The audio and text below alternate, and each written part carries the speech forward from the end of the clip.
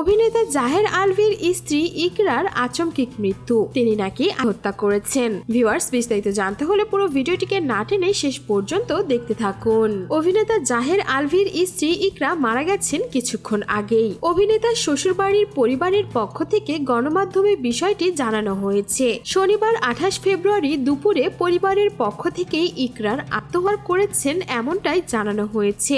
নাম প্রকাশে অনিচ্ছুক প্রয়াত ইকরার ঘনিষ্ঠ এক আত্মীয় বলেন, আজ দুপুর 1:30টার দিকে মিরপুর DOHS এলাকার একটি বাসায় নাকি এই ঘটনা ঘটেছে। অভিনেতা বর্তমানে নেপালে আছেন। তার সঙ্গে যোগাযোগ করা হলে জানান তিনি এখন কথা বলার মতো কোনো অবস্থায় নেই। 2010 সালের 9 নভেম্বর মাত্র 19 বছর বয়সেই পালিয়ে বিয়ে করেছিলেন আলভি ইকরা। দীর্ঘ 14 বছর পর 2024 সালে তাদের বিয়ের খবরটি প্রকাশ্যে আসে। তাদের দুজনের একটি পুত্র সন্তানও রয়েছে। সুখের সংসার ছিল তাদের দুজনের। কিন্তু কি কারণে অভিনেতার স্ত্রী হুট করেই এমন একটি পদক্ষেপ গ্রহণ করলেন সেই বিষয়ে এখনো কোনো তথ্য পাওয়া যায়নি। সোশ্যাল মিডিয়াতে অনেক তারকারাই এখন তার এই মৃত্যুর খবর নিয়ে পোস্ট করছেন। এমনকি তাদের ফুটফুটে সন্তানের জন্য অনেকেই বেশ মায়া দেখাচ্ছে। দেখা যাক অভিনেতা কখনই বা মুখ খুলে কি কারণে তার স্ত্রী এমনটা করেছেন। সো ভিউয়ার্স, এই ছিল আমাদের আজকের ভিডিও। আর অভিনেতা জহির আলভির